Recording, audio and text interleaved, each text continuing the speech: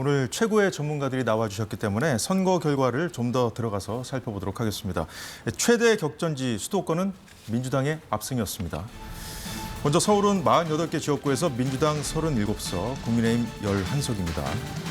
21대 총선 때는 전체 49개 의석 중에서 민주당 41석, 국민의힘 8석이었는데 4년 전과 비교해서 국민의힘은 3석 늘었지만 민주당은 4석 줄었습니다. 자, 뭐 전체적 큰 흐름은 4년 전하고 뭐 크게 다르지 않은 것 같은데 어떻게 보시는지요, 두 분?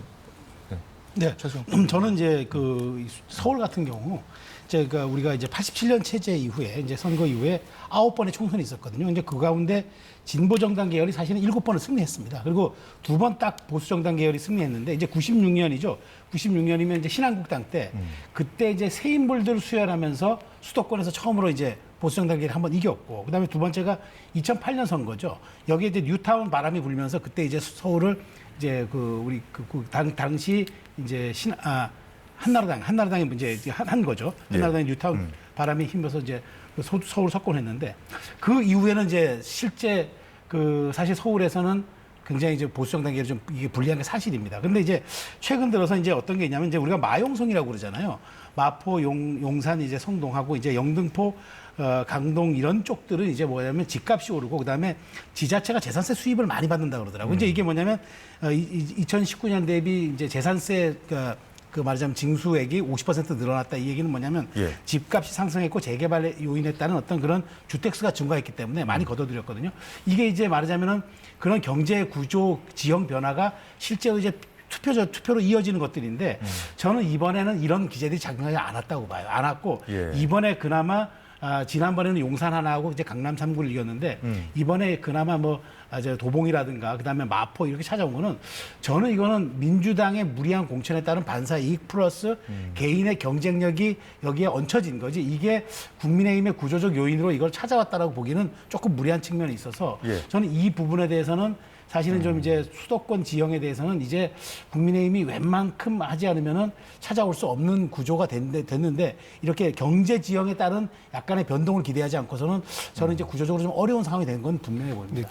경제 지형을 말씀하셨는데 뭐 그런 측면이 있다고 봅니다. 그러나 96년하고 2008년에 민주당 계열이 패배한 거는 사실은 민주당의 원인이 있어요. 그러니까 96년 선거는 잘 아시다시피 국민의힘하고 민주당이 분열하면서 신한국당이 어부지를 안겨준 선거였고 2008년에는 투표율이 46.1%까지 떨어지면서 민주당 지지자들 중에 특히 친노들이 거의 투표장에 안 나갔고 이건 그전에 대통령 선거가 63%까지 떨어지면서 정동영 후보가 대표한 거랑 맥을 같이 하는 건데 그 뒤에도 뭐 2006년도 지방선거 때 투표율이 낮았거든요. 이게 51%까지 가면서 25개 구청장을 서울이 한나라당이 다 가져갔고 지난번에도 지방선거 때 50.9% 전국 투표율 나올 때 17개를 뺏긴 거 아닙니까? 그러니까 투표율이 낮아진 효과 때문에 이겼던 것으로 보이고 다만 이제 국민의힘이 아쉬운 건 뭐냐면 국민의힘이 서울에서 해볼 만하다고 봤던 것은 서울이 조금씩 고령화되고 경기도로 젊은 사람들이 이사를 가고 있는 상황에서 오세훈 시장이라고 하는 강력한 대권 주자가 있는데 이걸 활용을 못한 거예요. 그러니까 한동훈이다 뭐 이런 분들은 사실은 오세훈이라고 하는 카드를 조금 더 서울 선거를 직접 할 수는 없지만 서울 편입 이슈나 이럴 때 자연스럽게 등장했는데 조금 더 활용했다면 성적은 그보다는 좀 더 좋았을 건데 별로 안 했죠. 한강벨트가 이제 최고 격전지로 이제 얘기 꼽혀왔죠. 이제 11곳 중에 8곳을 민주당이 차지했습니다. 김상일 평론가. 근데 이런 와중에도 민주당 텃밭으로 꼽혀왔던 도봉갑, 아까 뭐 최수영 평론 말씀하셨지만 여기 이제 국민의힘 후보가 당선됐어요. 그래서 이거를 뭐 큰 바람 속에 어떤 그 작은 이변으로만 봐야 될지 아니면 우리가 좀 더 세밀하게 보면 이거를 과거에 비해서 서울도 접전지가 늘었기 때문에 서울 전체 결과도 좀 더 세밀하게 좀 들여다 봐야 되는 건지 어떻게 봐야 되는 건지 좀 궁금해요. 근데 일단은 저는 인물 경쟁력 부분은 최수영 평론가님의 말씀에 동의를 해요. 확실히 인물 경쟁력이 있는 곳이 이겼다고 생각해요. 근데 제가 이제 지난번에도 말씀을 드렸지만 저는 계속해서 이 선거의 판세를 읽기 위해서 여론조사 추세, 종합 추세를 좀 추적을 나름대로 했었는데요. 이 격전지들이요, 대부분 민주당 쪽으로 넘어올 것 같은 분위기였어요. 근데 막판에 그렇게 넘어왔을 때 이게 개헌 저지선, 탄핵 저지선까지도 뚫고 갈 수 있다라는 막판에 견제 심리가 저는 집단지성에서 작용했다고 보는 거예요. 우리 국민들이 기본적으로 한 권력에게 절대적인 권력을 주는 거를 저는 동의하지 않는다고 봅니다. 독재를 경험해 본 국민이기 때문에. 그래서 전체적인 격전지의 분위기는 민주당이 박빙 우세였는데 이 우세 분위기가 마지막에 그렇지. 민주주의의 기본적인 원리는 견제와 균형은 어느 정도는 살아 있어야 되지라고 국민들 스스로가 브레이크를 밟은 저는 그런 부분이 있다라고 저는 생각을 합니다. 그러니까 서울에 좀 추가로 말씀드리고 싶은 거는 아까 96년도하고 2008년에 이제 민주당의 악재가 있어서 패한 걸 빼고 나면 2000년 이후에 양당제로 되고 나서는 17석 이상을 한 적이 없어요, 보수정당이. 그러니까 2000년에 17개, 2004년에 16개, 2012년에는 박근혜 비대위원장이 152석으로 승리를 가져오는데도 서울에서는 16개. 그리고 2016년에 한 석 차이로 질 때는 12개. 그리고 4년 전에 8개거든요. 그렇죠. 그러니까 사실은 한강벨트라고 얘기하지만 그래도 제가 그때도 이 방송에서도 여러 번 얘기했지만 과연 진짜 한강벨트 해서 국민의힘이 17석을 넘어서면 기록을 세우는 거다. 그런데 이제 이번에 11개여서 2020년과 2016년 사이에 8개, 12개 사이. 그러니까 실제로 아까 도봉갑이 예외적인 것은 거기가 이제 김근태 의원이 하던 데인데 아마도 그 유권자들이 여기가 그래도 갖고 있는 상징성이 있는데 그 후보에 대해서 조금 좀 부적절한 거 아니냐, 뭐 그런 것도 있었을 겁니다. 아무리 그래도 여기가 어떤 데냐, 이제 그런 게 좀 있었을 것 같고, 상대적으로 김재수 후보가 거기에서 보면 큰 흥결이 없는 경쟁이 있는 또 후보였고, 뭐 그런 것들이 있었고, 뭐 동작을이나 용산도 보면 그래도 개인 경쟁력으로도 다 돌파를 한 데고 그렇다고 보입니다. 그래서 서울이라는 것이 굉장히 어려워진 곳 아니냐 이렇게 봅니다. 굉장히 어려워지고 있다. 근데 그 말씀에 제가 동의를 하면서도 그런 개별 이슈들이 정권 심판론이라는 거대한 물결 속에서 견디기가 힘든 구조였었거든요. 그래서 저는 그 어떤 집단지상의 부분이 있다라고 좀 저는 믿는 것이죠. 워낙 뭐 서울은 격전지였으니까요. 그리고 이제 선거 막바지로 가면서 점점 더 여당이 좀 어렵다 이런 얘기들을 많이 했었죠. 하지만 그 PK 지역은 다르죠. 전통적인 여당 강세 지역인데 이건 역시 막판에 좀 크게 흔들린 지역 중 하나였습니다. 낙동강 벨트라고 하죠. 근데 여당이 선전한 결과로 나왔다 이렇게 평가들을 하는데 그 여당에서는 이 낙동강 벨트를 사수했다. 부산이 그래도 여당을 구했다 이런 평가가 나오더라고요.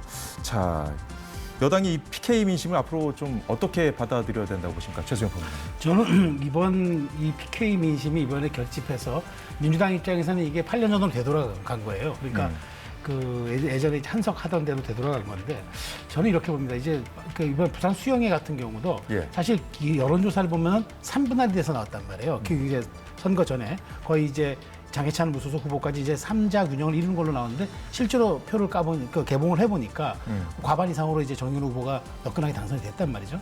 전략 투표를 했다는 거죠. 유권자들의 전략 투표였죠. 했다는 거죠. 이게 뭐냐면은 한동훈 위원장이 선거 막판에 이제 얘기했던 200석 무너지면 개헌선하고 그다음에 이제 헌법이 개정되면 자유가 사라지고 이런 것들이 이제 굉장히 말하자면은 그 유권자들에게 이제 위기감을 줬던 것 같아요. 그러니까 우리가 이제 손실회피론이라고 우리가 가장 소중하게 생각하는 것들이 사라지면 그게 얻는 것보다 잃을 때의 아픔이 엄청나게 크다. 이런 위기감들을 자극하면서 이른바 심리적 마지노선을 이제 건드렸기 때문에 그런 것들이 이제 제가 보기에 PK에서는 마지막에 좀 전략적인 어떤 보수 직결이 이루어졌고 그것이 꼭 샤이 보수는 아니더라도 어찌됐건 그 PK가 원래는 이제 그 보수 쪽에 강했던 지지세가 있던 곳이니까 약간 그동안 스윙했던 그런 그 약간 행태를 보여왔더라도 이번만큼은 여기서 한번 결집시켜줘야 되겠다. 위기를 돌파해줘야 되는데 우리라도 힘을 보태야 되겠다는 그런 마지막 유권자 정서가 마지막에 좀 결집했던 것 같아요. 그렇지 않고는 PK가 이렇게 마지막에 그러니까 이른바 낙동강 벨트를 빼놓고 PK 쪽에서 이렇게까지 말하자면 집중했던 경우는 저는 이런 게 아니라면 설명하기 좀 어렵다고 생각해요. 4년 전에도 사실 이제 그 PK가 좀 흔들렸었거든요. 근데 최종적인 결과를 보면 국민의 입장에서 7석만 잃었어요. 그래서 이번에도 제가 이 방송에서도 그랬었는데 그보단 덜 잃을 거다. 그런데 이제 조국 혁신당이 나오면서 조국 대표가 부산이지 않습니까? 그러니까 YS 키즈라고 얘기하고 또 부산 사투리 쓰면서 굉장히 흔들어 놨는데 이 마지막 결집이라는 게 4년 전에도 자연스럽게 결집한 효과도 있는데 예. 마지막에 좀 문재인 대통령이 선거운동에 나선 것이 민주당 입장에서 도움이 됐겠느냐. 그러니까 보수가 결집할 명분을 찾고 있는 중에 문 대통령이 선거운동 나선 것도 저는 보수층 결집을 좀 자극했을 수도 있겠다. 그렇게 볼 그런 수도 생각도 좀 있다. 저는 합니다. 자, 사실은 여당에서 이 낙동강 벨트마저 무너지면 어떡하나 이렇게 노심초사한 상황이었잖아요. 그런데 이제 사실상 그 승패를 갈라준 곳이 어딘가 저희가 좀 따져봤더니 캐스팅보트 지역인 이 충청 지역의 그 지도, 지도로 우리가 성적표를 보지 않습니까? 대부분 그 파란색 물결이었어요. 이 상황.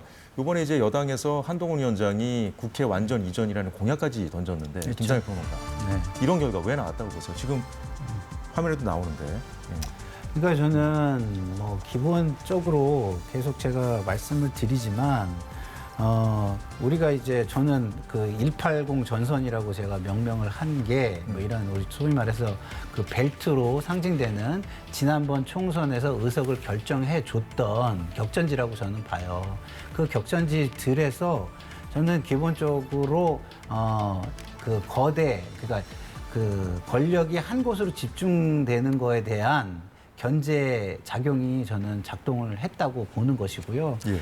낙동강 벨트 좀 아까 말씀하셨는데 저는 그 부분에 대해서도 어떻게 보냐면 정권 심판론이라는 것이 작동을 느슨하게 하는 곳이 저는 영남 지역이라고 보는 거예요. 그래서 화성을처럼 예. 선거 악재가 어느 정도 효과를 발휘할 수 있는 곳이 됐다. 화성을이 그랬던 것처럼 여기는 정권 심판론이 느슨하기 때문에 선거 악재가 상대적으로 작동을 해가지고 그런 부분이 결집을 불러왔다라고 생각을 하고 충청은 그거보다는 말씀하신 대로 예. 막판에 어쨌든 이게 너무 200석을 넘어가면 안 되는 거 아니냐라는 부분, 위기의식 이런 것들이 보수층 결집을 불러온 거 아닌가 이런 생각이 저는 듭니다.